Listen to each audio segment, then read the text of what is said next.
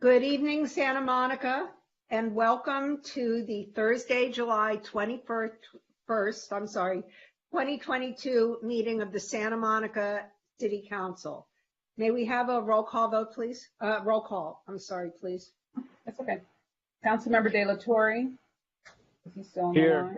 Okay. Councilmember Brock? Here. Mayor Pro Tem McCollin? Here. Councilmember Negrete? Here. Councilmember Davis? Here. Councilmember Para? Here. And Mayor Himmelrich? Here. Great, and Madam Clerk, may we have our first item, please? Yeah, so the first and our only item is introduction and adoption of an emergency ordinance to amend Santa Monica Municipal Code, Section 4.08.780, to promote the public safety and welfare by prohibiting certain items at public assemblies and community events. And we're having a staff report, I believe, from the police department. So shall we announce the lines are open? Do we have any callers? We don't have any callers, and we're having a difficulty connecting. But the lines are open, but we're having a difficulty connecting into the meeting. But we don't have any callers. So go ahead and do the we don't report. know if anybody. Wait, Denise. I'm sorry. I'm a little concerned. So we don't have any callers now, but do we know whether we have any attempted callers? I mean, no one's told. Yeah, that's what I'm saying. We don't have any attempted callers waiting in the queue, but we're having Esther's having a difficulty logging into Blue Jays. I hear you. Well, let's have our staff report. And maybe let's have the staff report. Okay, good. And maybe during that time, we can figure out the calling in issue.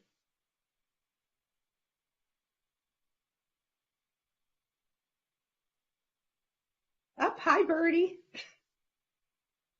Hi, guys.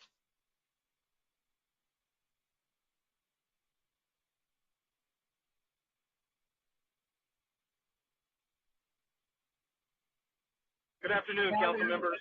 Go ahead. Hi, this is Deputy Chief Jacob. How's everyone doing tonight? We're great, thank you. How are you? I'm well. I apologize for not being on camera. I actually was going to do this meeting at home and ended up getting stuck in traffic, so I'm a little out. But I wanted to make sure that I kick this meeting off. I want to thank you all for being here and for considering the emergency ordinance for a prohibitive item. Acting Captain Sal Lucio will be on the line. He's going to give you guys a brief introduction to the ordinance, which you've already heard before, and kind of show you some things about that we have seen in the past few weeks since our ordinance has lapsed. Acting Captain Lucio.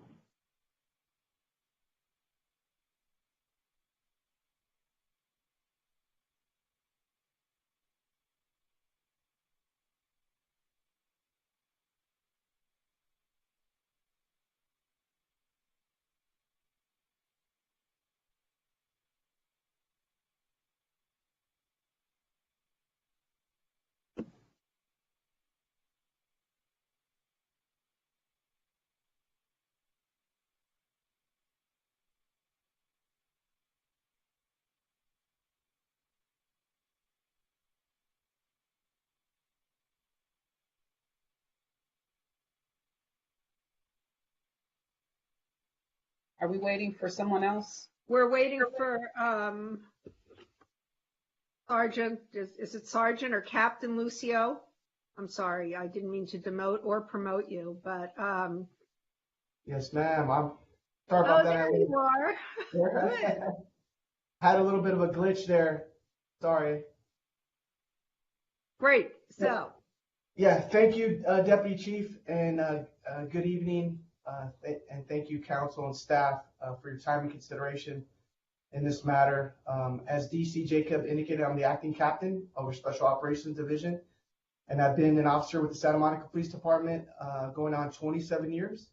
I've worked in all of our 4 divisions, operations, investigations, special operations, and admin, working a variety of assignments such as patrol watch commander, robbery, homicide, internal affairs, and SWAT, to name a few. And I've been involved with the response to thousands of high-risk incidents, as well as several hundred protests throughout my career. And on behalf of the Chief of Police, the Deputy Chief, my colleagues, and all of our collective experiences, we've never seen this type of violence and propensity for violence in or about protests in our careers. So I'll now cover some of the context and history and reasons for our concerns in regard to this ordinance. First and foremost, the Santa Monica Police Department supports peaceful protests and the free speech and assembly of rights of those engaged in expressive activities under the First Amendment of the United States.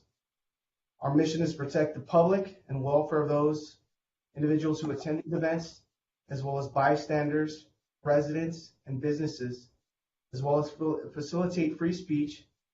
But our position is that we must ban certain items that do not serve an expressive purpose and based on time, place, and manner of use in these environments.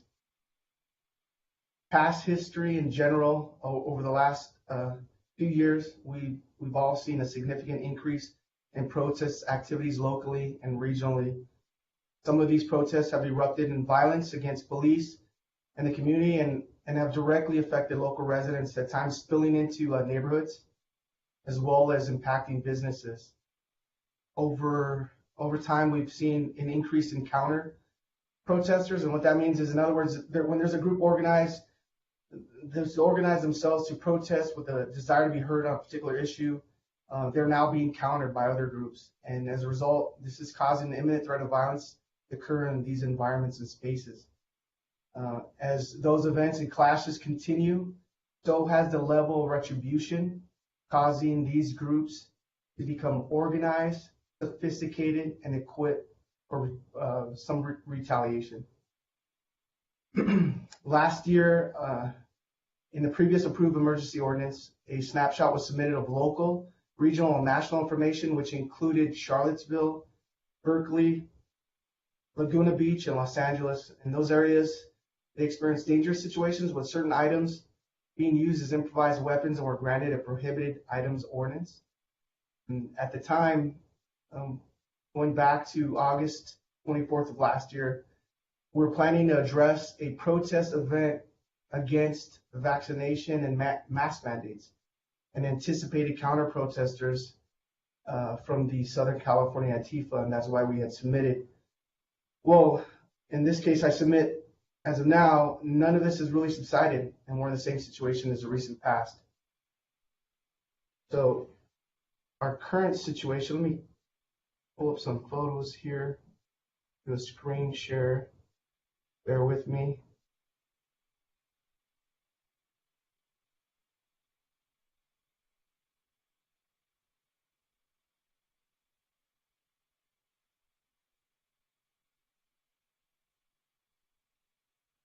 See those photos? No. No. Are you, so you see, you may need to be a co-host to put them up. Does he have proper permissions, Denise? He actually shared earlier. Are you going to share? Are you going to share content? Yeah. There you go. Yeah. I see it Yeah. now. There we go. Sorry about that. And can you make it bigger? If you hit good, perfect. Thank you. Okay, great. Thank you. Sorry about that. So our current situation, following the Supreme Court ruling overturning Roe versus Wade this last month on the 24th of June, protests and violence ensued in many cities throughout the country, and then also including downtown Los Angeles. Fortunately, none here locally. However, on July 9th, here in Santa Monica, a Baby Lives Matter rally with an anti-abortion message was advertised to take place in Palisades Park. Activist groups and individuals on various social media platforms began to highlight the event, calling in counter protesters to this event. Discussions on social media transitioned to threats of violence the night before with these extremists. And on the day, there were numerous attendees wearing load-bearing vests, large backpacks, gloves with reinforced knuckles. See these? They were also wearing a full face coverings for anonymity and holding, and folded and fixed blade knives. A few counter protesters actually showed up to the event. However, the ones that did, they were carrying umbrellas with no chance of rain. Incidentally, these umbrellas are often used as concealment and prevent law enforcement crowd control measures and are often used as shields. This past weekend, on the 16th, a Patriot Pride event was held at Palisades Park. Though there was no advertised anti-abortion message, through intel we learned that 2 counter-protest groups plan to demonstrate against and confront the Patriot Pride group, offering differing views on abortion. One of the counter-protest groups, named By Any Means Necessary, BAM for short, was accompanied by at least 15 individuals who were dressed in all black as a unit. And so many of these individuals were wearing face coverings, goggles, load-bearing vests, large backpacks, the same reinforced knuckle gloves, carrying knives, large canisters of bear spray, aka pepper spray, large wooden staffs, and umbrellas. This group moved in pairs on the promenade, stationed lookouts on either side of the block where the protest rally occurred. This group also hastily responded as a unit, using tactics to arrive to Palisades Park and form an umbrella skirmish line directly across the police skirmish line in aggressive offensive posture. Although there were no acts of violence at these events, numerous situations had to be interdicted and were deterred due to heavy law enforcement presence. So this is the BAM group here. Going backwards here, sorry. As mentioned, they're carrying knives, the knuckle gloves, the protection over their knuckles, knuckle reinforced gloves. Under these shirts, these individuals were actually wearing ballistic body armor. Our agency in our city is mindful of all COVID protocols and whatnot, and so just to note, these extremist groups are anti COVID protocols and about medical freedoms, but yet they're wearing masks for the anonymity aspect.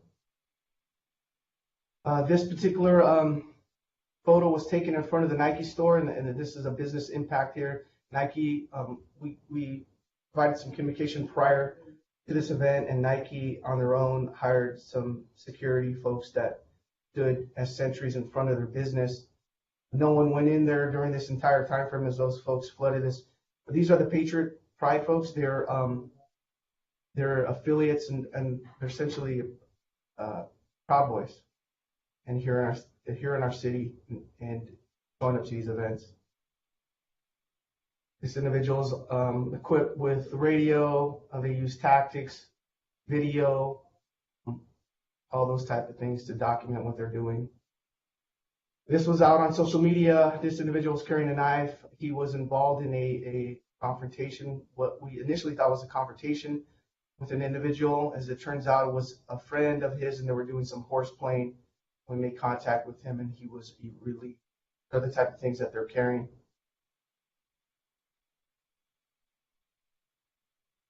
This is the group of individuals, as mentioned, with the umbrellas,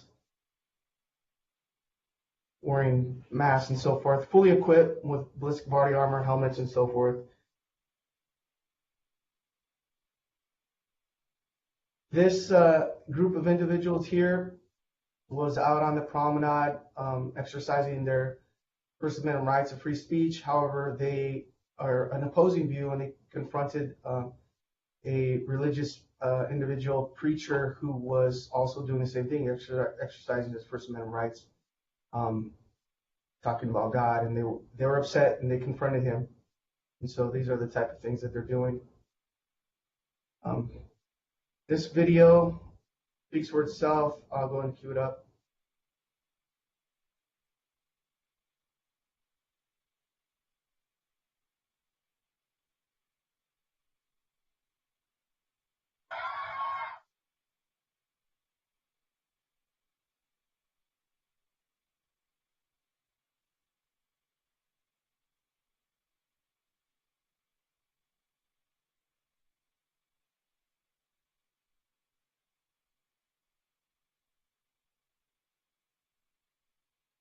the video taken just after the 24th of June, or on June 24th rather, after the Supreme Court decision. And this was not a peaceful protest, as seen obvious. And one of the individuals there on the bottom left was using an aerosol canister and a lighter and used it as a flamethrower and injured an officer there on scene. They were also using fireworks as mortars against the officers, and other of these prohibited items were there on scene, again, to incite this violence and confrontation in those environments. This is the group of individuals that I mentioned that were in Santa Monica, that were in Palisades Park on July 16th.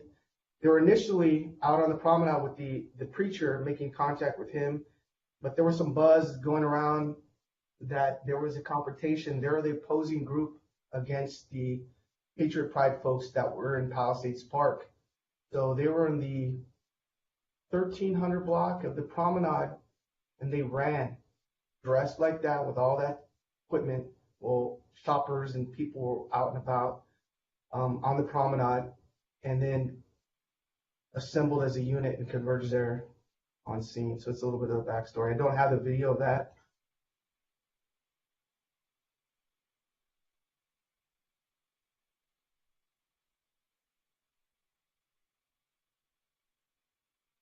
Just some quick videos depicting that theme.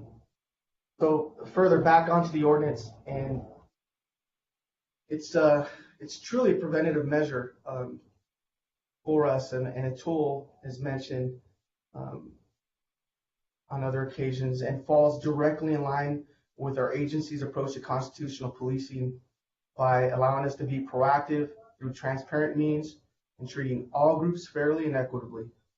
Of note, during the 8-month period that we had that ordinance, we averaged about one large-scale protest a month and contacted numerous individuals in those environments, some of them with prohibited items, and everyone was compliant.